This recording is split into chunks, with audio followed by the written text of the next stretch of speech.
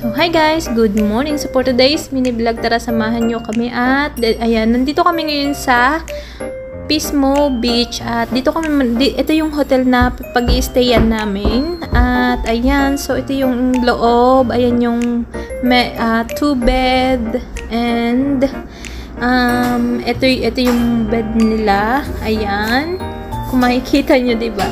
Mas maganda doon sa isang pinag-i-stayan namin kaysa dito.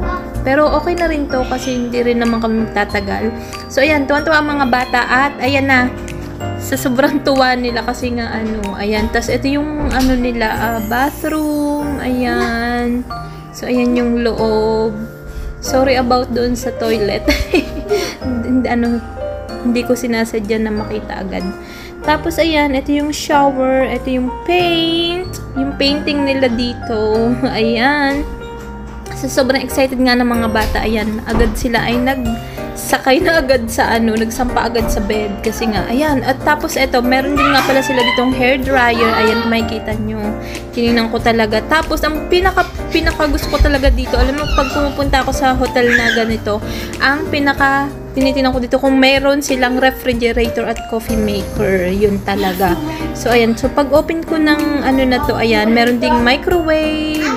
Ito yung cabinet na pwede mong ilagay yung mga food na dala-dala mo, mga snacks or fruits. Tapos, ito yung refrigerator finally. Nakita ko na rin siya. At ayan. So, ilalagay ko nga pala dyan yung mga dala naming drinks na water. Tapos, ayan, ito nga pala ako, di ba? Ang laki na nga pala ng ipinayat ko, guys. So, ayan, nag-selfie na rin ako dito kasi nga sobrang tuwa ko, ayan. Ang ganda nung salamin. Hindi ako ang maganda yung salamin. So, ayan, ito yung ironing area nila na pwede mong ihanger yung mga clothes or pwede ka mag-iron ng clothes muna bago ka umalis or iron, ayan. So, ayan siya guys. Lagay ng suitcase.